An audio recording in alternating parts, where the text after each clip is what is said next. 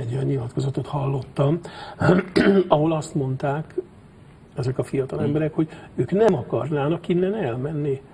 Mert ők tudják, hogy itt a helyük, ők itt vannak otthon, és a többi. De ha kényszerítik őket, de nem kényszerítik őket, mert megélhetésük nem biztosít. de most épp az előbb ön sorolta végig, hogy ki mindenki érzi úgy ebben az országban, hogy rosszul él.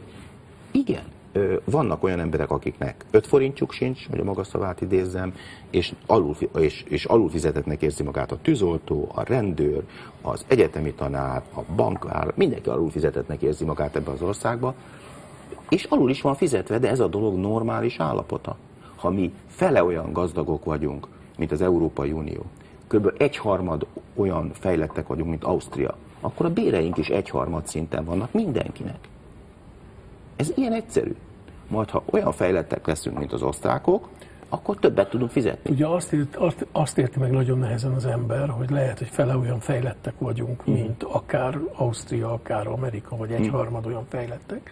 De akkor az hogy van, hogy a béreinkben valóban ilyenek vagyunk, viszont a szolgáltatások áraiban, az élelmiszerek áraiban, meg a sokszorosa van. Dehogy vagyunk. Elmondom, itt van itt nagyon, hogy mondjam, élő kapcsolataim vannak Los Angeles-i barátaimmal. Rendszeresen hasonlítjuk össze az árakat.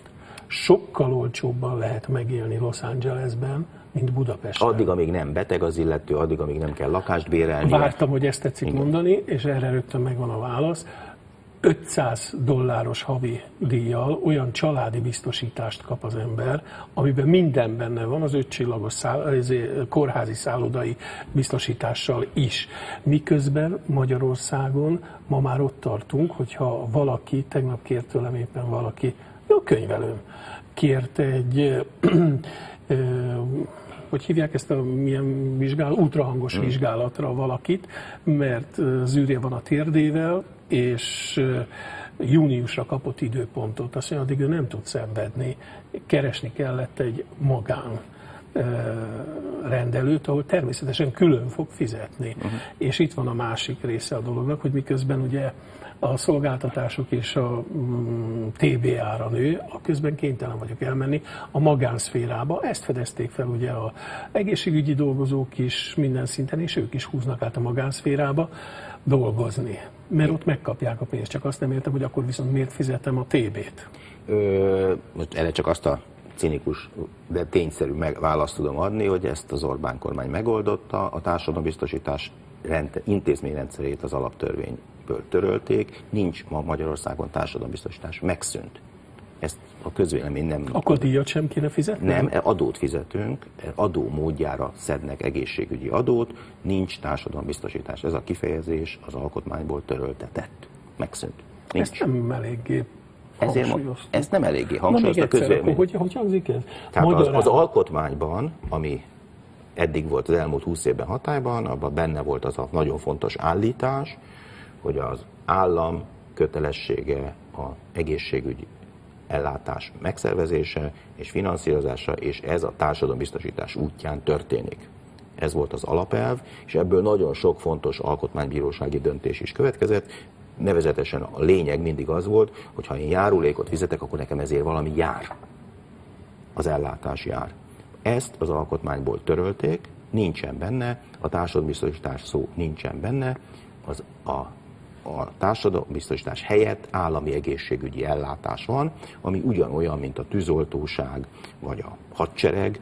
Adót fizetünk, és ebből az állam föntart valami tűzoltóság nevű szervezetet, meg föntart egy hadsereg nevű szervezetet, de konkrétan a befizetett járulékért semmi nem jár, és hogyha valaki elégedetlen, nem is tud elmenni most már az alkotmánybíróságra panaszra, hogy ő úgy gondolja, hogy a járulékért jár valami, nem jár semmi. Ez egy nagyon lényeges alkotmányos változás. Akik ezt megszavazták, ezt az alkotmányt ilyen formában, tudták, hogy mit szavaznak? Nem, az biztos, hogy nem. Nem, ezt 15 ember értette az országgyűlésben, a többiek büdös szó. Bevallom őszintén, én lehet, hogy olyan primitív vagyok, de én is most értettem meg. Tessék időnként elolvasni a jogszabályokat, az alaptörvény nem olyan hosszú. Erről egyébként azért a szakmai körökben sokat beszéltek, de nem eleget, így van, nagyon jó, hogy erről most beszéltünk. A 120 éves magyar társadalombiztosítás megszűnt.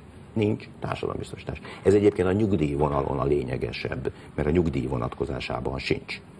adót fizetünk, és ezért majd valamennyi nyugdíjat fog fizetni az állam. Magyarán fizethetem most a járulékot, a nyugdíjjárulékot, Igen. de nem garantálta. Nem, semmifajta alkotmányos garancia nincsen a magyar alkotmányban pillanatnyilag, az alaptörvényben arra, hogy ezért mi jár.